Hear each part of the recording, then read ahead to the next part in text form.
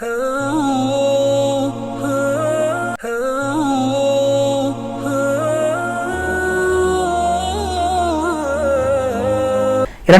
புனித மதீனா முனவராவுடைய ஹுத்பாவை ஹதீப் ஹுசைன் ஆலு ஷேக் ஹஃபிதஹுல்லாஹ் நிகழ்த்தினார். ஹுத்பாவின் தலைப்பு ரமலான் கடைசி 10 சுவர்க்கவாதிகளின் பருவகாலம் என்பதாகும். அல்லாஹ்வை புகழ்ந்து நபி ஸல்லல்லாஹு அலைஹி வஸல்லம் அவர்கள் ஸலவாத்து ஸலாம் சொல்லி தக்வாவை வலியுறுத்தியதன் பின்பு அல்லாஹ்வுடைய அடியார்களே, அல்லாஹ் தஆலா இந்த அடியார்களுக்கு சொரிந்திருக்கக்கூடிய பாக்கியங்களில் மிக முக்கியமான ஒன்றுதான் கடைசி 10 அடைவது. குர்ஆனுடைய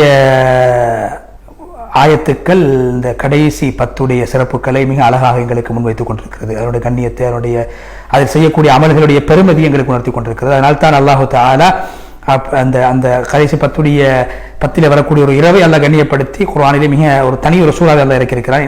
சூரா அல் கத்ர். இந்த குர்ஆனை நாங்கள் பெருமதியான இரவுகளை நாங்கள் இறக்கியிருக்கிறோம். அந்த பெருமதியான இரவு என்றால் உங்களுக்கு என்னவென்று தெரியுமா? அதுதான் லைலத்துல் கத்ருடைய இரவாகும். அது 1000 மாதங்களை விட சிறந்ததாகும். நபி ஸல்லல்லாஹு அலைஹி வஸல்லம் அவர்கள் இந்த கடைசி 10 மிக தீவிரமாக அமல்களிலே விரைவார்கள், அமல்களை செய்வார்கள். ஹதீஸிலே வந்திருக்கிறது. நபி ஸல்லல்லாஹு அலைஹி வஸல்லம் புகாரி முஸ்லிமுடைய செய்தி, கடைசி 10 அடைந்து கொண்டால் இரவை ஹயாத்தாக்குவார்கள், மனைவிமார்களை எழுப்பி விடுவார்கள், சாரத்தை இறுக்கமாக கட்டிக்கொள்வார்கள், வேஷ்டியை.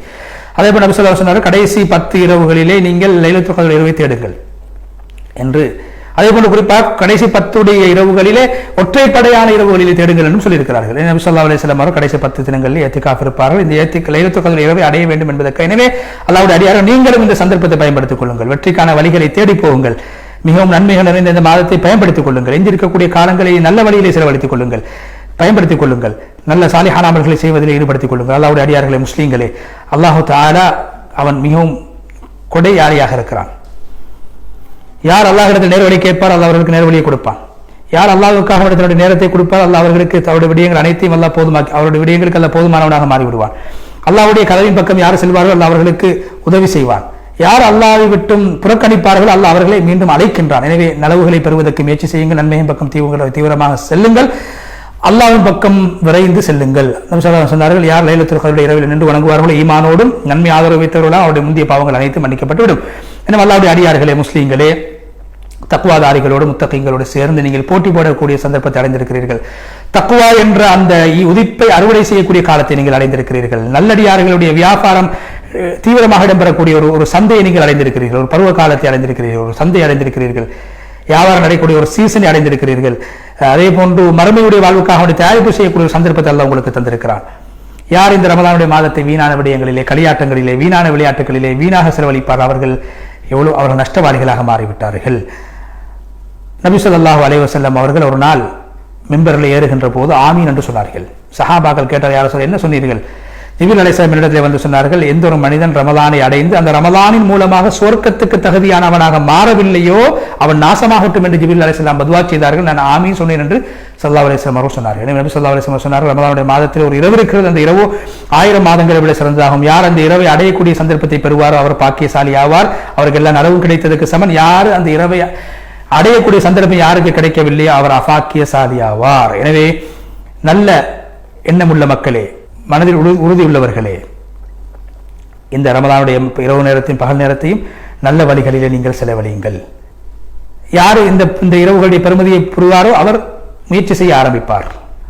அவர் எல்லா விதமான சவால்களுக்கும் முகம் கொடுத்து முயற்சியில் ஈடுபடுவார். சிறப்பை விளங்கிய காரணத்தினால் அல்லாஹ் தஆலா குர்ஆனில் சொல்கிறான், அல்லாஹ்வுடைய மக்ஃபிரத்தின் பக்கம் வேகமாக செல்லுங்கள். சுவர்க்கம் வானங்கள் பூமியை விட விசாலமான சுவர்க்கத்தின் பக்கம் விரைவாக செல்லுங்கள். அது தக்வாதாரிகளுக்கு தயாரிக்கப்பட்டிருக்கிறது. சூரா ஆல இம்ரான் 133வது வசனம். அல்லாஹ் தஆலா எங்களை லைலத்துல் கத்ருடைய இரவை அடைந்து அதனுடைய கூலி அடையக்கூடியவர்களாக ஆக்குவானாக என்று சொல்லி ஹுத்பாவுடைய முதல் பகுதியை விட்டு விடைபெற்று சென்று இரண்டாவது பகுதியில் அல்லாஹ்வை புகழ்ந்து நபி ஸல்லல்லாஹு அலைஹி வஸல்லம் ஸலவாத்து ஸலாம் சொல்லி, அல்லாஹ்வுடைய அடியார்களே, ரமலானுடைய மாதம் அல்லாஹ்வின் பக்கம் நெருங்கக்கூடிய மாதமாக, இபாதத்துடைய மாதமாக இருக்கிறது. ஒரு அடியான் இந்த தொலைத்தொடர்பு சாதனங்கள், இந்த கையடக்க தொலைபேசிகளில் அதிகமான நேரத்தை இந்த மாதத்தை செலவழிக்கக்கூடாது.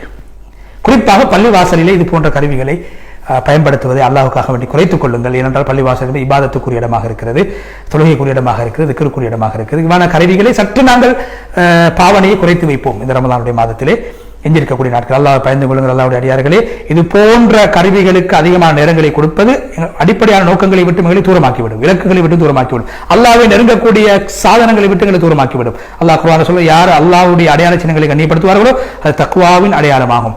பள்ளிவாசல் அதில் அல்லாஹ்வுடைய பெயர் சொல்லப்பட வேண்டும், அல்லாஹ்வுடைய பெயர் உயர்த்தப்பட வேண்டும். சூரா அன்-நூர் 36வது வசனம், சூரா அல் ஹஜ் 32வது வசனம்.